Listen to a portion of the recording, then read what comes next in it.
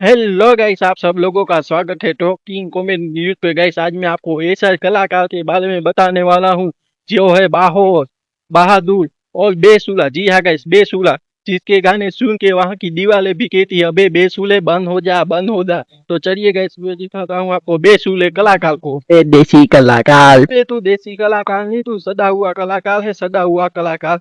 तेरे गाने सुन के वहाँ की पब्लिक भी कहती है बेसुरे बंद हो जा।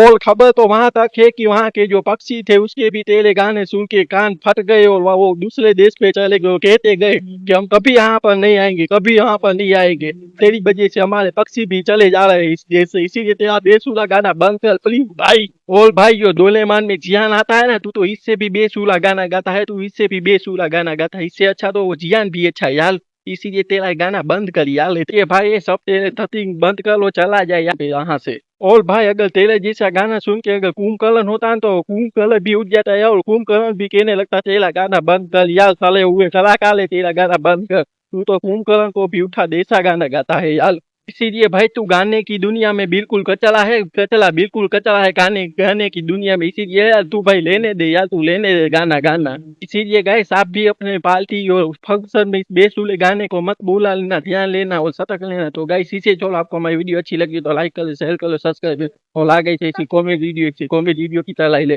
तो मिलते हैं हम अगली वीडियो में, तब तक के लिए जय हिंद।